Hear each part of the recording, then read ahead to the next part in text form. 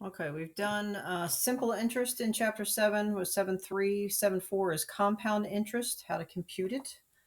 Simple interest again is for short-term loans and CDs. For long-term loans, we want to look at compound interest.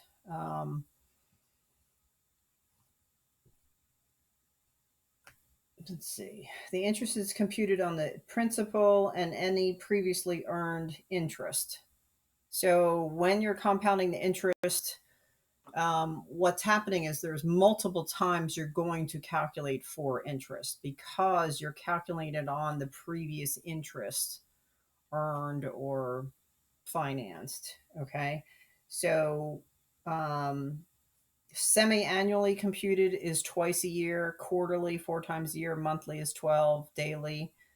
When the interest is calculated more than once per year, you don't get the entire percentage at one time. You kind of do, but I'll show you in the example.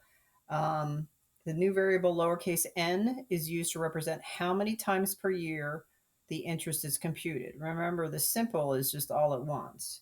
So here's the formula for compound interest. Same principle, same R as the percentage as a decimal. How many times per year is the n repeated here, and then number of years is t. Okay, so all the letters still stand for the same thing. A is your future value, or how much you have at the end of the term. Okay. So for an example, if you have a principal of this, a rate of this, and a term of that, your simple interest would be $1,200. If you add that to your 5,000 at the end of the term, you'll have 6,200. Okay, as a future value. If you change that to compound interest with the same information, but it's calculated with an n of 1, just once a year, it's going to be, instead of calculated once in the beginning and it tells you what you'll have at the end of 3 years, this will get calculated the first year, the second year, including the amount of interest from the first year, the third year from the accumulated interest, and you'll get a little bit more money if this was a deposit. If it's a loan, you're going to owe a little more. So you can see the difference. And if this was a 10-year loan, you certainly don't want to sit there and do the simple interest 3 times, 10 times to come up with that future value. So you want to go ahead and use the compound interest formula. Okay, principal, that 1 is in the formula, plus figure this out, raise this to whatever this is multiplied. Okay, make sure orders of operations is taken care of. Figure this out, add it to 1, then raise it to whatever you get there. If you want to do it all at once in your calculator, you can, as long as you have parentheses. So this is 1 plus, put another parentheses, put your rate in there, divided by whatever your number is on the bottom, close parentheses, close again the parentheses, raise to the 1 times 3, close parentheses. Okay, that's all you need. And you should be able to get this number at the end.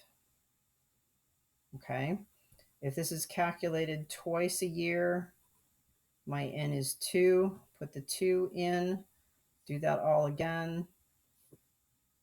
You get that. Multiply. You can see the more times it's calculated, if this is earned interest, you get more. If this is a loan, you pay more. What about compounded daily? If you're using a scientific calculator, you don't have to piecemeal it like this. You can put it all in your calculator at once, like I showed you here, and make sure you get all of these parentheses. Here it is again here. This needs separate parentheses if you're putting this in a calculator. Okay, and this is what the daily computed is, a few bucks difference. Okay, so let's try one of these. Oops, I'm sorry. I'm going to move the thing up again. Apologize. It's right there. All right, let's try one of these. This is my P, this is my R, and for 20 years, and that's my T. And notice the weekly, please. N is what for weekly? How many weeks? Let's see, I didn't put it at the top. How many weeks in a year? 52 weeks in a year. I added it right there. It will not tell you. You need to write these down, okay? So let's see. I want to do the formula. P1 plus the rate over the N raised to the N times T. So 5,001 plus, sorry, that's an N and that's an R, 0.07 over 52 raised to the 52 times 20. Put it all in your calculator. Just make sure that you're getting all those parentheses in if you're trying to do it at once. Otherwise, oops, sorry, 50,000. Otherwise, I would figure the 0.07 divided by 52 first. Sorry, let me do that. 0.07 divided by 52. Okay, this is the problem for putting it in your calculator a little at a time. You're going to get, let's assume I then add 1 to it to save space here. If you're piecemealing it, please put it all in there together. Raised to the, what is 52 times 20 is 1,040. So 50,000. I need to do this next. Use all of the decimals, because when you do it all at once, it will use all of the decimals. Raised to the 1040.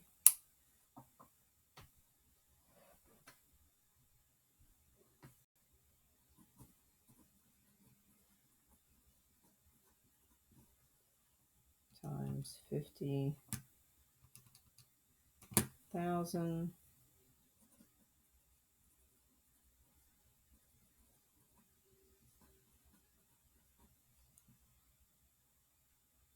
Okay, so this is the future value. They're asking for the interest. So if you subtract the 50,000, you get an interest of, I'm going to round it to the nearest cent. So you're borrowing $50,000 and your interest is compounded weekly. Well, I guess you could be borrowing it, or you could be putting it in the bank and earning 7% for 20 years. That's a long time. Okay. So if you're borrowing it, that's a lot of interest you're paying on top of the 50 grand.